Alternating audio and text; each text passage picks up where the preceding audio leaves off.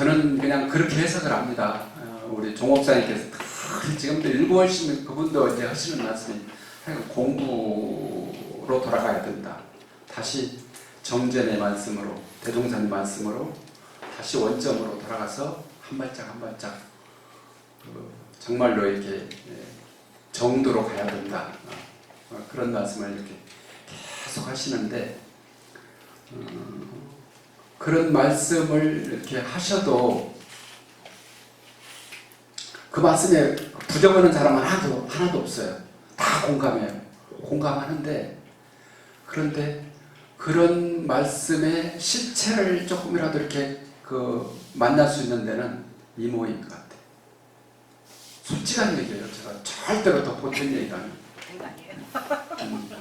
정말 그래요. 그래서 이 모임이 정말 소중하다는 말씀 드리고 지금 조금 또 이렇게 얘기하면 또 말이 길어져 버리는데 제가 최근에 그 5G에 대해서 아주 특별한 분의 초청을 받은 자리에서 강의를 한번 들었는데 그때 그 여러 가지 얘기가 나왔는데 그 전제가 뭐냐면 Winter is coming 그랬어요. 지금 겨울이 오고 있다. 개벽이란 말은요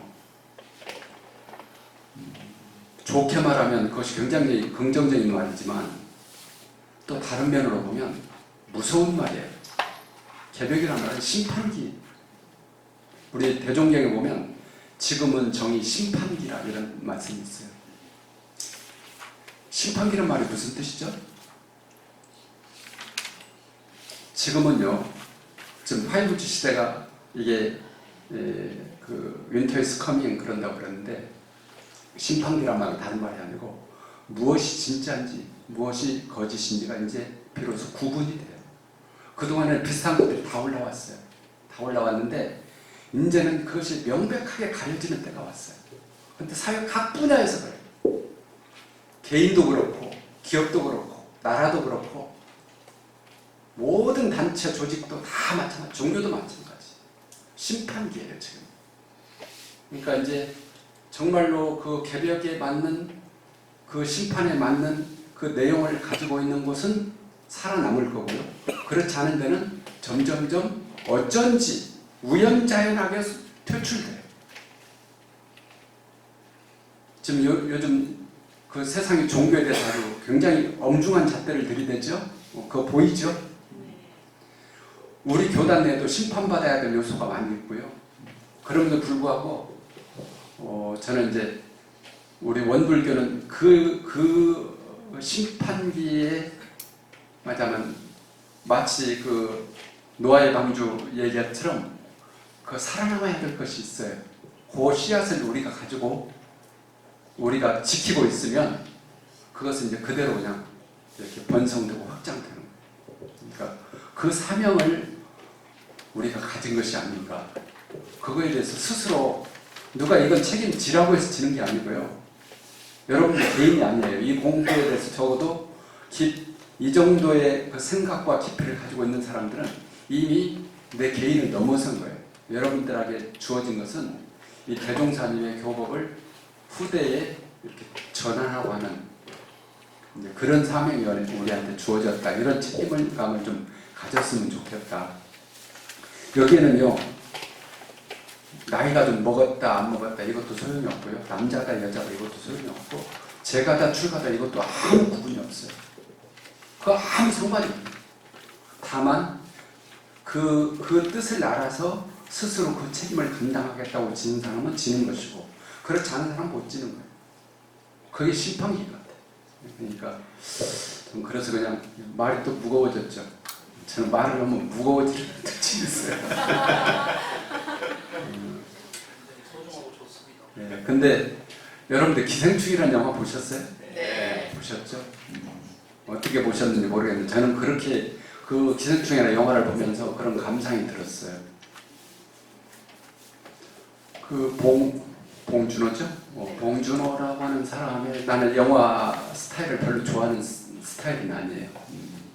그런데도 불구하고 왜 세상이 계속 봉준호를 얘기할까? 그리고 이번에 프랑스 그런 세계 최고 영화제에서 최고의 그랑프리를 받게 되고 그 많은 사람들이 7, 8분간을 기립박수를 쳤다고 그러면 7분, 8분 기립박수라는 건 굉장히 긴 시간이에요. 왜 그랬을까? 그러면서 우리가 영화에도 많은 장르가 있잖아. 멜로물도 있고 뭐 액션물도 있고 뭣도 있고 이렇게 장르가 다 있는데 봉준호 영화를 아예 어떤 하나의 장르로 이해를 한다고 하는 기사가 나왔더라고요. 이게 도대체 무슨 말일까? 근데 제가 그걸 이제 그래서 유심히 좀 이렇게 기사를 살펴봤어요. 봤는데 이런 거였어요. 그 기생충이라고 하는 영화의 주제가 굉장히 무거운 주제예요.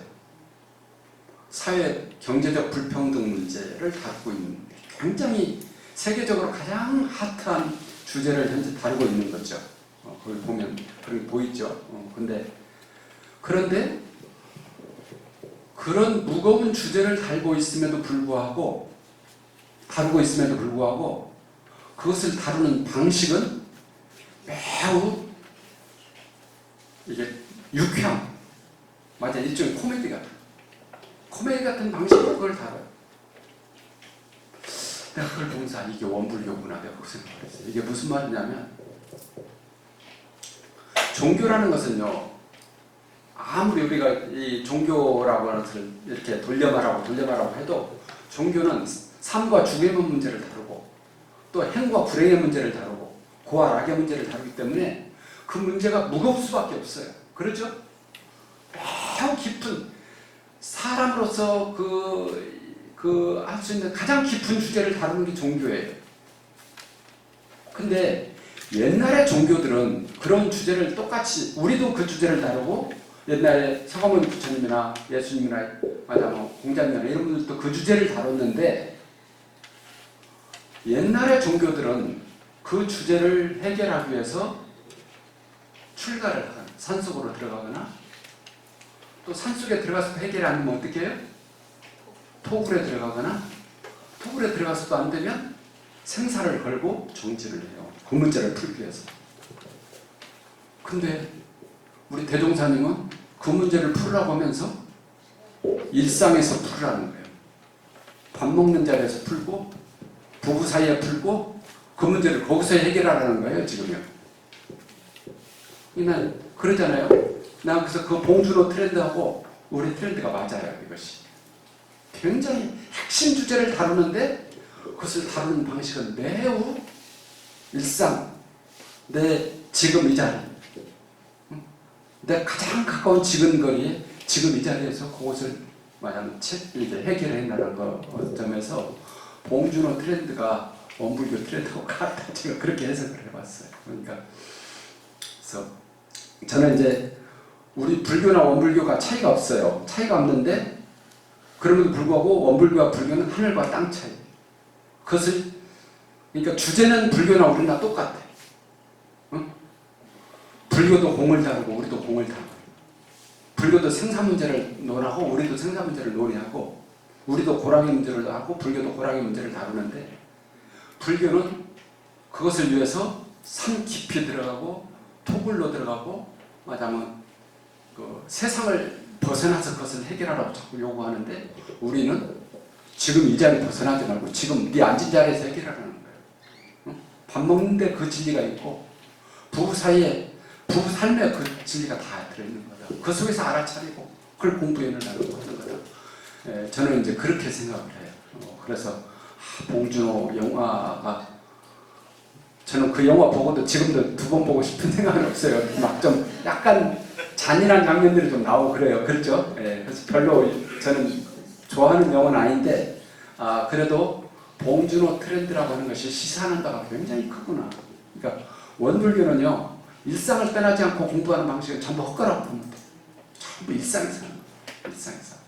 그리고 일상에서 하다가 한 번씩 시간과 장소를 정해서 그걸 서로 공유하고 점검받고 말하자면 거기서 다시 내 공부에 대해 종합적인 평가를 해가지고 다시 일상에 돌아와서 일상에서 또 수행하고. 그러니까 수행 장소가요 교당이 아니라 여러분 가정과 직장이에요.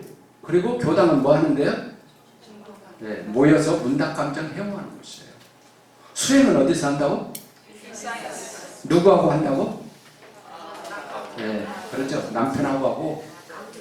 그러니까 그래서 제가 그런 말을 자꾸 하는 거예요. 지금 여러분 예를 들어서 우리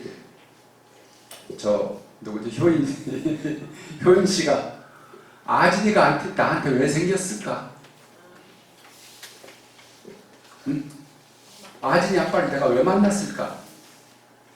그 다 까닭이 있는 거예요. 그 사람을 만나고 그런 자녀를 갖게 되는 것은 그 사람과 그 자녀를 통해서 나를 부처님의 길로 인도하시기 위해서 비로자나 부처님께서 보내신 메시지고 선물이다. 다시 말해서 그걸 받아들여야 돼요. 그걸 피해가지고 사는 방식이 없어요. 피해서 사는 방식이 없어요. 만일에 피하면 그게 해결이 안 되고 다른 데로 계속 전이 돼서 따라다녀요. 다른 데 가서 똑같은 상황을 또 만나요. 그 문제를 풀으라고 하는 거예요. 나한테 그게 꼭 필요해서 오는 거예요. 그러니까 피할 생각 말고 그냥 정면으로 부딪히세요. 싸우면서도 공부하고. 싸워도 괜찮아요. 우리 막 화내는 거 막 참으라고 지금 안 하잖아요. 화도 낼 줄도 알아요. 공부를 하는 사람은 참아서도 공부를 하고 화를 내서도 공부를 해요.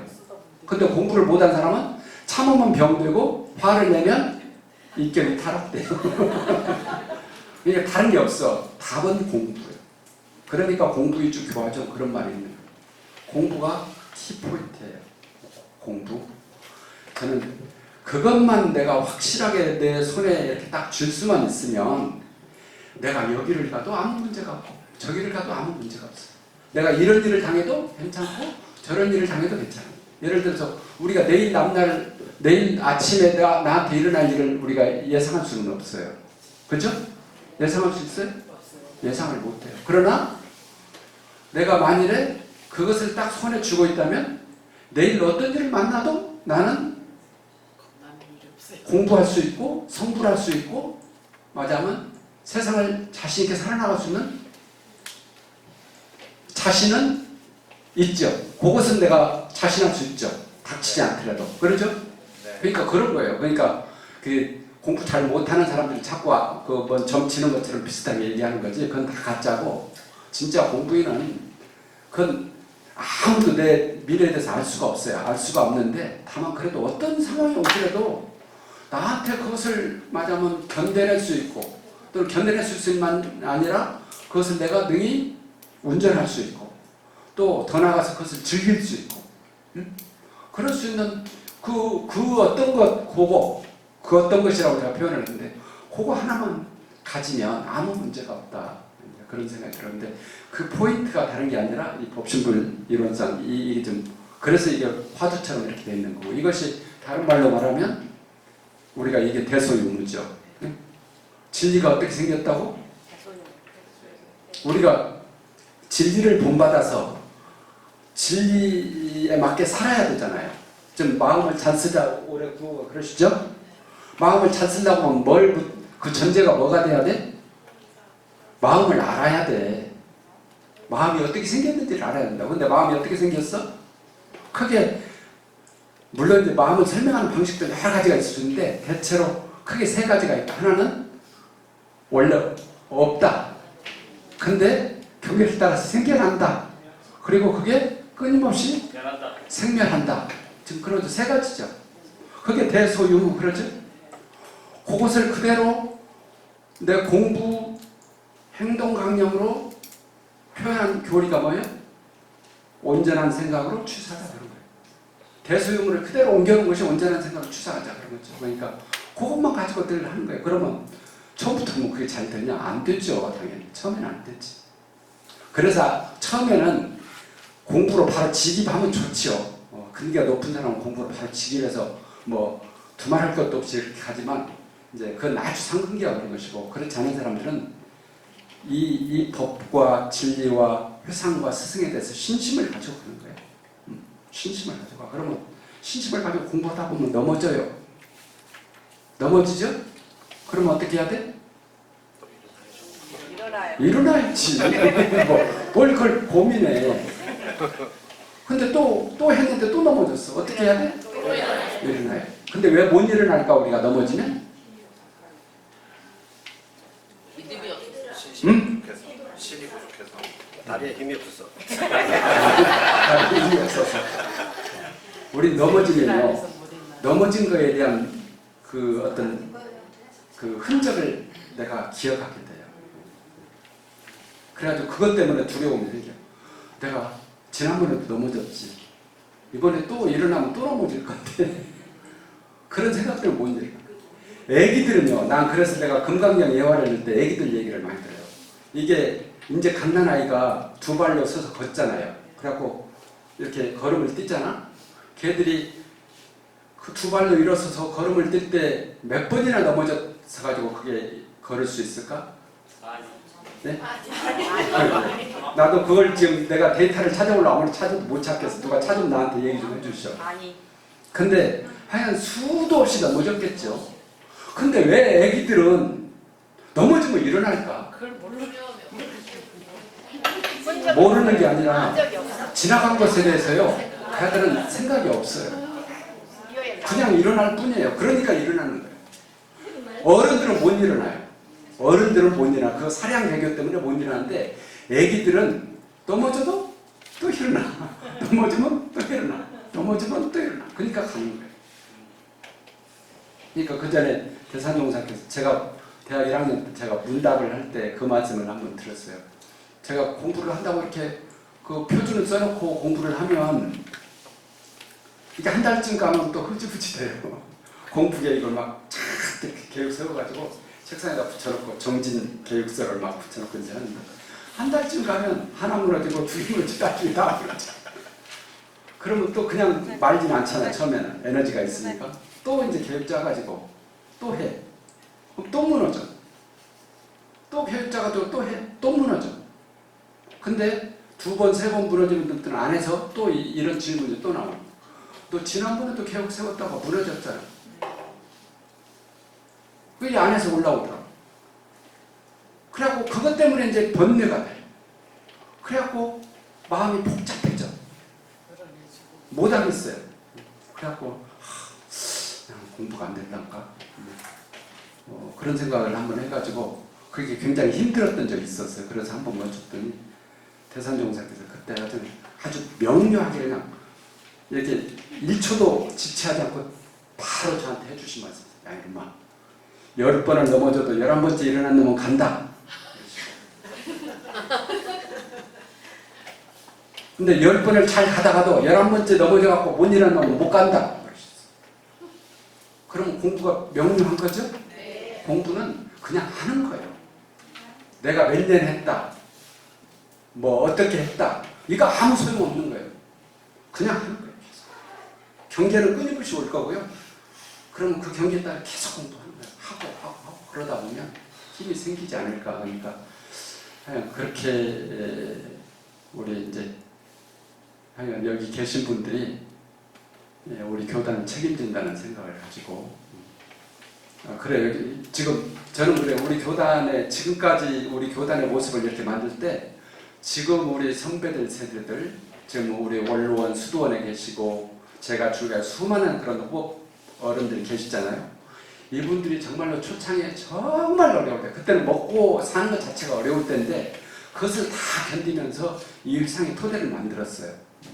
여기까지 만든 것은 맞아요. 맞은데 지금부터 우리가 새로운 신세계를 향해서 나가는 것은 그것만 가지고는 안 되는 거예요. 그래서 제가 심판기란 말을 쓰는 거예요.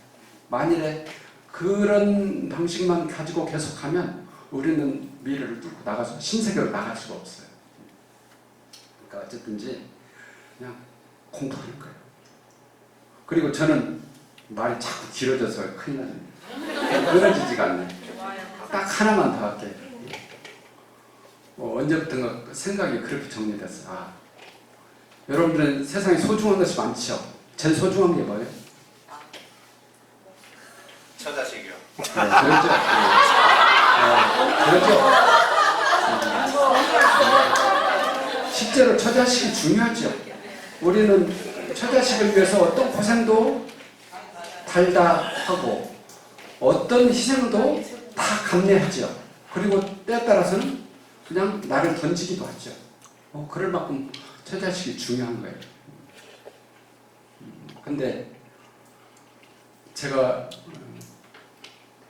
최근에 와서 한 생각이 그런 거예요. 그거보다 더 중요한 게 있다. 처자식조차도 아까 내가 한 얘기예요. 처자식조차도 비로자나 부처님께서 나를 성불의 길로 인도해 주시기 위해서 보내주신 인연이다. 처자식조차도. 그래야 영원한 상생의 인연이 되는 거예요. 공부 못하면 아무리 내가 마담 저기를 해도 좋은 인연이 안 되고 결국은 그 인연도 끊겨요. 그러니까 그래서 나는 세상의 유일한 원, 그 정산종사께서 그 말씀하셨는데 그 유일왕님 학교 이름 정할 때 유일이라는 말을 썼거든요. 오직 유자에 한자를 썼어요. 오직 하나. 오직 하나 우리의 소원은 뭘까? 성불재중 재생을 사는 거다. 그런데 그렇게 보면 어떻게 보면 좀 비인간적인 것 같고 종교에 좀 함몰된 것 같고 그렇게 생각할지 모르는데 그런 뜻이 아니에요. 근데 정말로 가족, 내 가장 가까이 주어진 부모, 자식, 처, 하여간 형제 이런 아마 제일로 세상에서 많이 만나겠죠. 마음의 교류가 제일 많겠죠.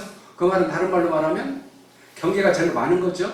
경계가 꼭 그 나쁜 것만 경계는 아니니까 좋은 일, 즐거운 일도 많고 행복한 일도 많고 또 억울한 일도 많고 서러운 일도 많고 그런 일을 제일 많이 제공하는 게 사실은 그런 거예요.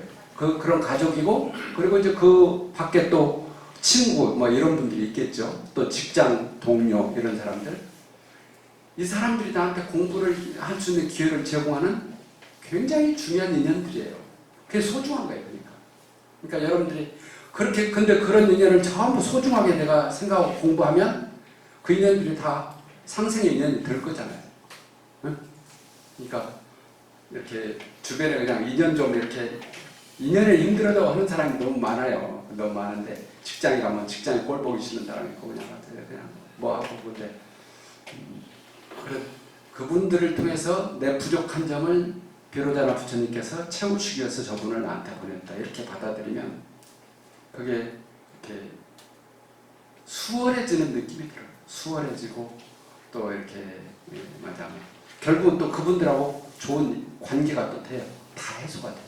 그러니까 그래서 어쨌든 이제 여러분들이 잘 공부하셔서 다 행복하시고 또 이제 가족 간에도 다 행복하시고 또 우리 교단에 큰 미래의 일꾼 되시기를 바랍니다. 말이 너무 길어져서 미안합니다. 적게 하려고 했는데 말을 하다 보니까 또 길어졌습니다. 오늘도 실패했습니다.